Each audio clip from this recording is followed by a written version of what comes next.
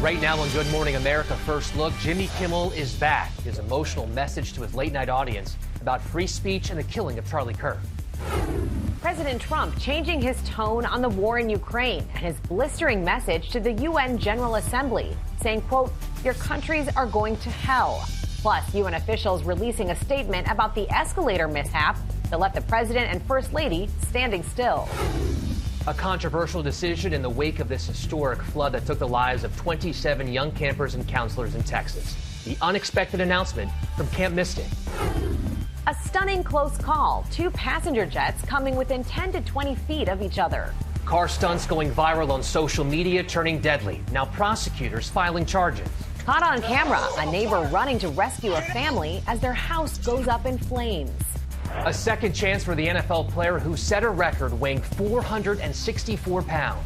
And the teacher in trouble. The foul-smelling spray he allegedly spread in the school hallway, causing more than $50,000 in damage. From ABC News, this is Good Morning America First Look.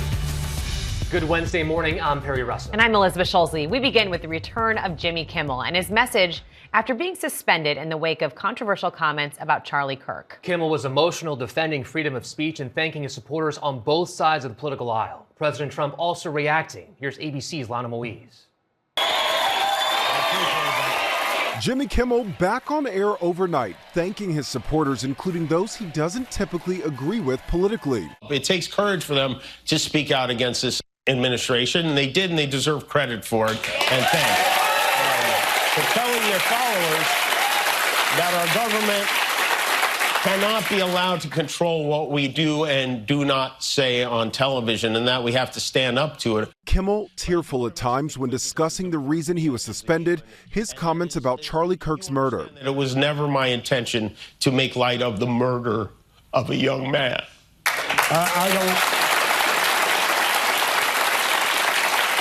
I don't think there's anything funny about it.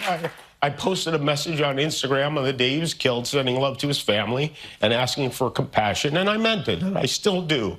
Nor was it my intention to blame any specific group for the actions of what it was obviously a deeply disturbed individual. Before Kimmel's return, Disney ABC saying it suspended the show to avoid further inflaming a tense situation at an emotional moment for our country. But the company citing days of thoughtful conversations with Jimmy in announcing his return. A lot of people have been asking me if there are conditions for my return to the air, and there is one. Disney has asked me to read the following statement, and I agreed to do it. Here we go. To reactivate your Disney Plus and Hulu account. President Trump blasting the move overnight, posting his audience is gone and his talent was never there. Why would they want someone back who does so poorly, who's not funny? He had no ratings. Well,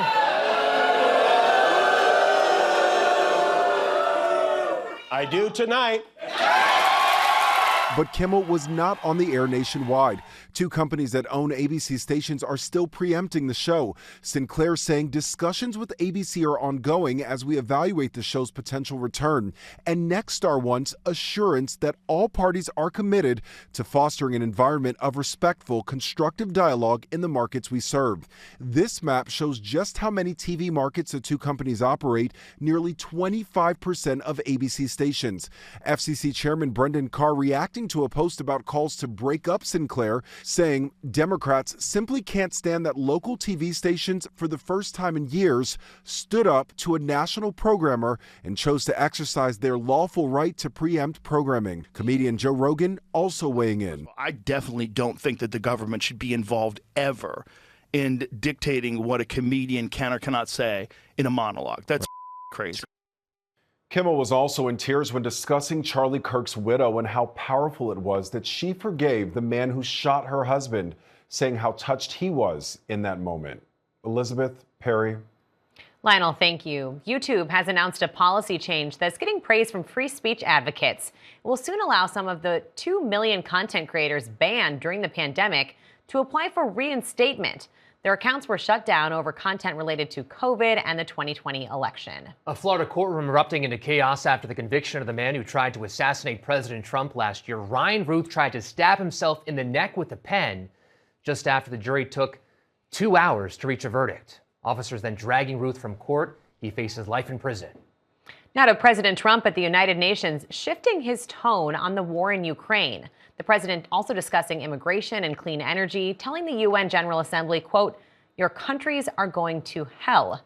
ABC's Nicole D'Antonio has the details. Nicole, good morning. Well, Elizabeth, the president's visit to the UN began with an escalator that stopped working. Then the teleprompter apparently malfunctioned, but Trump managed to make headlines on everything from immigration and climate change to the war in Ukraine. It's a major shift from President Trump. Let them get their land back. It could be that Russia's a paper tiger. The president on the day of his UN address saying, quote, "I think Ukraine, with the support of the European Union, is in a position to fight and win all of Ukraine back in its original form. Ukraine would be able to take back their country in its original form." That's a striking change of tone from Trump, who just last month insisted Ukraine would need to give up land to end the war. There'll be some swapping. There'll be some changes in land. And back in February, there was that combative White House meeting with Ukrainian President Zelensky. You don't have the cards right now. But now Trump appears to be frustrated with Vladimir Putin, who has rebuffed calls to meet with Zelensky and has instead ramped up attacks on Ukraine, while also sending Russian military aircraft across NATO borders. Do you think that NATO countries should shoot down Russian aircraft if they enter their airspace? Yes, I do. Last night, Zelensky reacting to Trump's change of heart. It was a little bit surprise for me. You're right. I was very positive signals. As optimistic as Trump was about Ukraine yesterday, his message to the United Nations was anything but. Not only is the UN not solving the problems it should, too often, it's actually creating new problems for us to solve. The best example is the #1 political issue of our time, the crisis of uncontrolled migration. It's uncontrolled. Your countries are going to hell. Trump taking aim at immigration and climate policies in Europe. It's the greatest con job ever perpetrated on the world, in my opinion. Climate change, no matter what happens, you're involved in that. On the same day as Trump's speech, the Secret Service revealing it has dismantled a telecommunications threat unlike any it's ever seen. Sources say while investigating threats to 3 people, including one with direct access to President Trump, the Secret Service stumbled upon a covert operation capable of disrupting all cell phone service in New York City, including police, fire, and EMS. More than 300 computer servers and more than 100,000 cellular SIM cards were found in vacant apartments from Queens to Greenwich, Connecticut to New Jersey. These devices were concentrated within 35 miles of the global meeting of the United Nations General Assembly. The so-called SIM farms were capable of sending 30 million text messages per minute to overload the network. It essentially operates like hundreds of thousands of cell phones in one place doing things at massive scale. There could be massive eavesdropping. There could be massive call fraud. There could be really what we consider a denial of service taking over the telephone lines. And sources tell ABC News the SIM farm operation has ties to the Chinese government. Perry. Nicole D'Antonio, thank you for that. A Democrat has won a special election in Arizona, which narrows the already slim majority of Republicans have in Congress right now. Adelita Grijalva will succeed her father, who died in March. Democrats say the win means they now likely have enough signatures to force a vote on whether to call on the Department of Justice to release all the Epstein files. We will stay tuned to that. The Texas girls' camp, where 27 campers and counselors were killed in the historic flood this summer, will reopen next year. Officials say their new camp will be near the one that was devastated in July and will comply with new safety laws. A memorial will also be built. Victims' families say they were not consulted about that. Some accuse Camp Mystic of adding to their grief. We are just a few days into fall, but already there is 8 inches of snow in Colorado's Rocky Mountains National Park. Let's check in on your Wednesday forecast. Good morning, everyone. We're watching thunderstorm possibilities today from the Gulf states all the way up to parts of the Ohio Valley and the Great Lakes. Some of those could be on the strong to severe side. Meanwhile, along the East Coast, high risk of rip currents at many beaches from Florida all the way up to New England because of Gabrielle, which is a major hurricane moving well out to sea. But the National Hurricane Center now watching a couple of additional systems that may become named storms in the next few days, including one that could threaten the Bahamas by the weekend. Meteorologist Jeff Smith, ABC News. Coming up, the dangerous and deadly car stunts on social media. Now prosecutors are filing charges. Also ahead, the stunning video, a neighbor running to rescue a family as their house goes up in flames. And later, a second chance for the NFL player who set a record weighing 464 pounds. I know. Your house is on fire. Get out. That's a man in New Jersey yelling to his neighbors that their house was on fire. A woman runs out carrying her baby. Her husband soon follows. Everyone is okay thanks to that neighbor. Officials say the fire started outside with some smoking materials thrown in the trash and then the flames spreading to the house. A crash outside Philadelphia left this car wedged between a truck and the median on Route 1. Police say the truck was driving the wrong way. A woman in the car was killed. We turn now to a wave of new car stunt challenges on social media turning deadly. Prosecutors now filing charges. It's the latest social media challenge raising safety concerns. People riding on an upside-down folding table tied to a moving vehicle. Now, a 17-year-old in Pennsylvania is charged with involuntary manslaughter after the stunt turned deadly. Prosecutors say the teen was driving in a parking lot when his friend, 17-year-old David Nagy, who was sitting on the table, was killed. Unfortunately, the juvenile driver recklessly operated his vehicle at a significant speed, such that it whipped the rider sitting on the table into another parked vehicle. In a separate case in Pennsylvania, a 19-year-old is accused of aggravated assault. Prosecutors claim she drove her car while her friend stood on the trunk as part of another social media challenge. The friend fell and suffered permanent brain damage. Ultimately, it becomes a serious issue of public safety when children engage in these dangerous stunts. In recent years, stunts involving cars have been on the rise, many resulting in death or injury. Platforms like TikTok are now banning videos of so-called car surfing, posting this message saying some online challenges can be dangerous, disturbing, or even fabricated. Learn how to recognize harmful challenges so you can protect your health and well-being. But some potentially dangerous trends are still easily viewed on the app. This content creator narrowly escaped disaster showing off his Cadillac. It rolled away as he struggled to open the door. Fortunately, no one was nearby and the car stopped on its own. Authorities urge parents to talk to their kids about these stunts. A close call between two passenger planes in France. An EasyJet plane was waiting to take off from Nice when a Nouvelle air flight passed just 10 to 20 feet overhead. Reports say the inbound jet may have approached the wrong runway in some bad weather there. Coming up, a warning about drug-resistant bacteria, why cases are on the rise. Also ahead, baseball is getting robotic umpires. How they work, next. Back now with a massive fire burning through the night at this solar power facility southeast of Las Vegas. The cause of the fire is believed to be a lithium-ion battery system. Police are asking people to avoid that area. Infection rates from so-called nightmare drug-resistant bacteria are soaring. The CDC reports a nearly 70% increase in recent years, partly fueled by a surge in antibiotic use during the pandemic. Scientists believe many people may be unknown carriers. A warning about counterfeit airbag parts. Federal regulators are investigating faulty inflators from China, now linked to 5 deaths. They can cause airbags to explode. Officials are urging the auto repair industry to be on the lookout for these counterfeit inflators. Now to a major change in Major League Baseball. Calling balls and strikes is about to get a little bit more robotic. America's pastime Rung him up. Strike 3 and a pitch is about to get a modern upgrade. Major League Baseball has approved the use of what's called robot umpires, meaning moments like this could be a thing of the past. And it's in there for strike 3. Yeah, I'm not sure you deserve to get out of that inning. The automated ball strike system known as ABS is set to debut next season and will help human umpires call balls and strikes. They've been sort of like Supreme Court justices. There has been no higher court.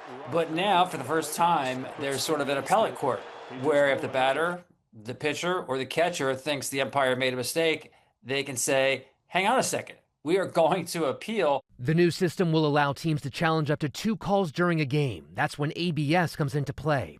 Utilizing 12 cameras positioned around the field, the play will be reviewed before a graphic shows the outcome on both the scoreboard and in the broadcast of the game. The league says the whole process will take 15 seconds. They tested this system in spring training this season, And the average replay challenge took 13.8 seconds. And there's only 4 challenges in the course of a game. So we're literally talking about 57 seconds added to a game to make sure we get calls right. Similar technology is already helping examine close calls in other sports, from tennis The ball is in. to football. Here it is, everybody. Here it is. Looks like it's going to be short. Many pros welcome the change. Others worry it's a slippery slope, that robot umpires could one day replace humans entirely, along with a human error and arguments that have always been a part of the game. And data shows human umpires are accurate 94% of the time. A big story about a second chance in the NFL. The Tampa Bay Bucks have signed lineman Desmond Watson to their practice squad. He weighed 464 pounds when he was first signed by the team, considered the heaviest player in NFL history. Watson has now lost weight, and he is back. Congrats to him. Nice little story there. Coming up, when NASA now plans to go back to the moon. First, what we learned about that escalator mishap during President Trump's visit to the UN.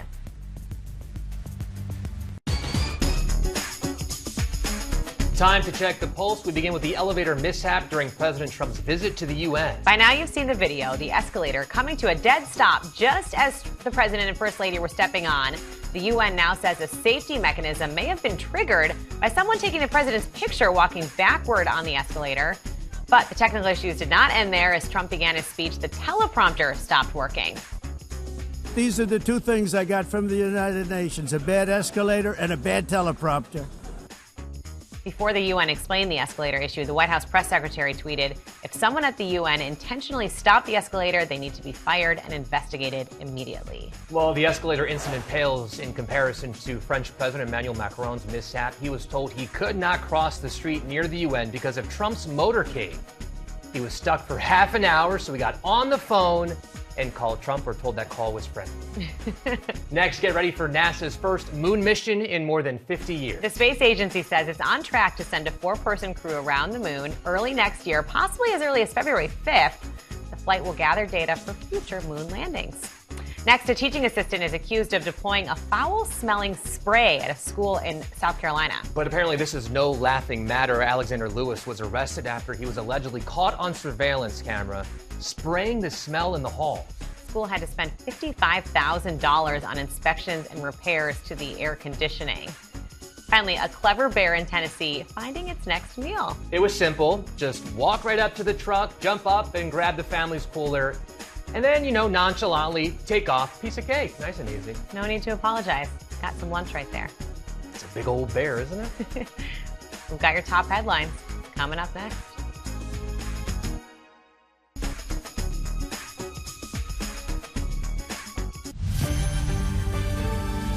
Checking more top stories, Jimmy Kimmel returning last night with an emotional monologue defending free speech, saying, quote, "We have to stand up." He also addressed his comments about Charlie Kirk's accused killer, saying it was never his intention to blame any specific group for Kirk's murder. 2 ABC station groups are still preempting Kimmel.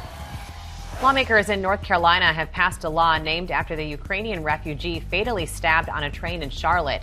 It calls for limiting bail and increasing mental health evaluations. No word yet if the Democratic governor will sign it. Former Cincinnati Bengals Pro Bowl running back Rudy Johnson has died at the age of 45. His family saying he struggled with mental health issues possibly caused by the brain disease CTE. A massive typhoon that killed more than a dozen people in Taiwan is now slamming Hong Kong, closing schools and canceling flights across southern China. Today's weather: thunderstorms in Florida, more rain from the Gulf Coast to the Great Lakes, and showers along the central California coast. And finally, another sighting of Mom. Amanda in Ohio is short-term. Here's Danny New. He is talking on the phone, getting out of hand. Look out! Maybe you've seen this classic 90s infomercial for a hands-free headset. Then attach the phone relief headset. It's that easy. It tends to go viral routinely on social media, with this posting reaching more than 20 million views. However, this one has a unique comment that might catch your eye. My brother and dad and I are in a text thread asking, is it her? She passed away in 1999, so I felt like, 26 years later, I feel like I'm getting a little bit of a God wink. A must for the entire office. Work goes quicker and easier. Vincent Bradis here believes this woman in the back of this office scene is his mother, Bonnie. When he was growing up at San Diego, she used to pick up little roles in TV, film, and commercials all the time, and he specifically recalls seeing her with that outfit. My dad had a Navy blazer, and I remember that as wardrobe in her, in the back seat. Bonnie passed away after a 10-year battle with breast cancer in 1999, and Vincent still has his collection of all the little moments where his mother pops up in the background. Here she is in a teal dress on an episode of Heart to Heart as Stephanie Powers exits an elevator. If you'd like to come with me. And here's Bonnie appearing in the film My Blue Heaven, strutting in front of Rick Moranis and Joan Cusack. A move Vincent says she was not directed to do. She pushed the envelope just far enough so that she could be seen in the scene. A must for the entire office. Work goes quicker and easier. But now Vincent has one more to add to this catalog. It might not be the biggest part in the world, but when Vincent thinks about how this video may just keep appearing on his feed from time to time. For sure, every time I see it, I'm like, there's my mom, just gonna smile. And Vincent did a lot of research, guys, to conclude that's his mom, so just confirming that the commercial was indeed shot in their hometown of San Diego. But I'm not sure, though, if that information cost him 4 easy payments of $19.95. That's your first look. Have a great day, everyone.